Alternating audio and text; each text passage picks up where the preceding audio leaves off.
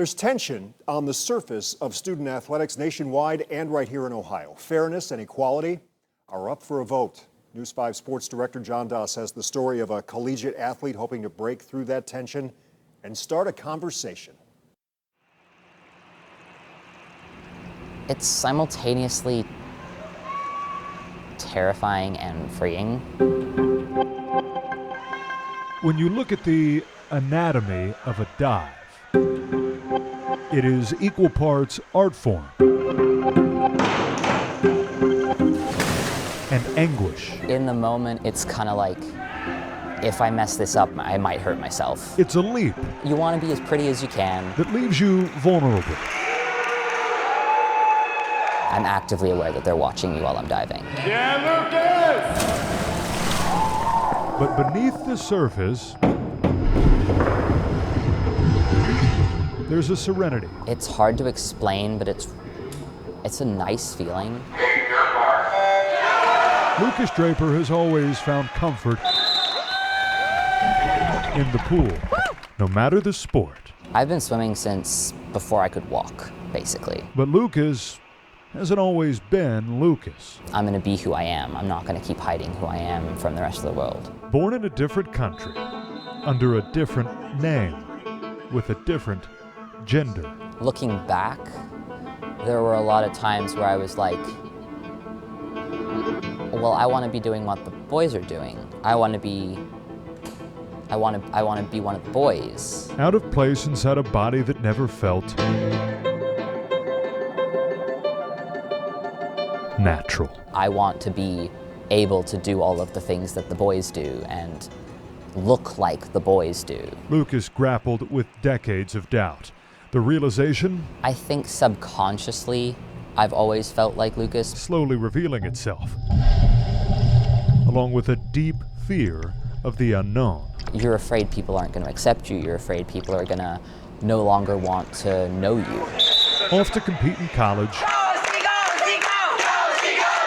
Lucas carried that baggage across the world. Beautiful! From Australia to Oberlin College. His strength, I think he's found in the people around him and just within himself. Before finally opening up. Hold on. You're gonna do awesome. Love you. Love you. To family, Love you. Okay. close friends. Let's go, Lucas. And transitioning away from being a woman There have been other transgender athletes, but their journey's not the same as his. to being one of the boys. You know, logistically, emotionally, everybody has their own different universe, especially when it comes to that.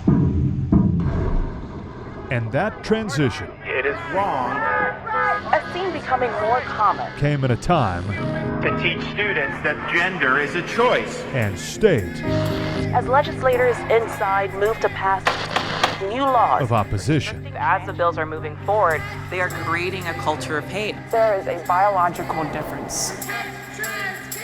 22 U.S. states have passed bills that limit or ban trans athletes from participating in youth sports within the gender they identify.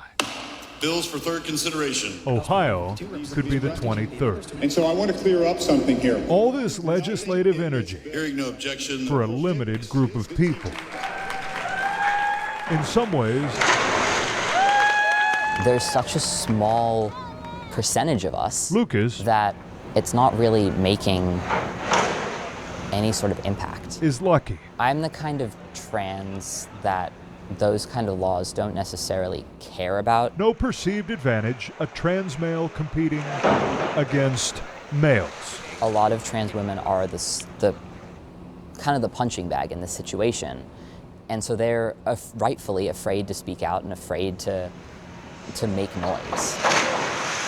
I am a part of that community. So Lucas Really just up and straight down, okay? says he'll make the noise Where you're at is great. for them Up on your toes. by speaking up Lucas is not a person who's afraid to call people out on and teaching, wrong things they're saying. That was pretty good. even engaging people in difficult discussions. Often he'll do it in a way where you can actually foster a conversation that can lead to like understanding and growth.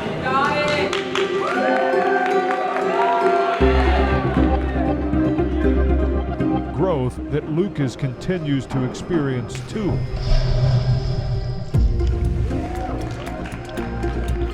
You feel free now? I feel like I'm more of the person that I'm supposed to be. Even as he brings a deeper dialogue to the surface. I wanted people to see people like me. In Oberlin, to see that we exist. John Doss. And that we're normal people. News 5. Wow, John and Andy, heck of a story. News 5 has been following through on the battle over transgendered athletes in Ohio for more than 3 years now. Lawmakers have introduced a number of bills in that time to limit what teams they can join. The latest, House Bill 68, which the Ohio House passed in June. That bill prompted protest at the State House, too. It would block gender-affirming care for trans youth in the state and also prevent trans male athletes from competing in women's sports at every level. It's now being reviewed by the Senate's Government Oversight Committee. According to the OHSAA, the state's high school sports governing body, only 20 transgendered girls have participated in girls' sports this year.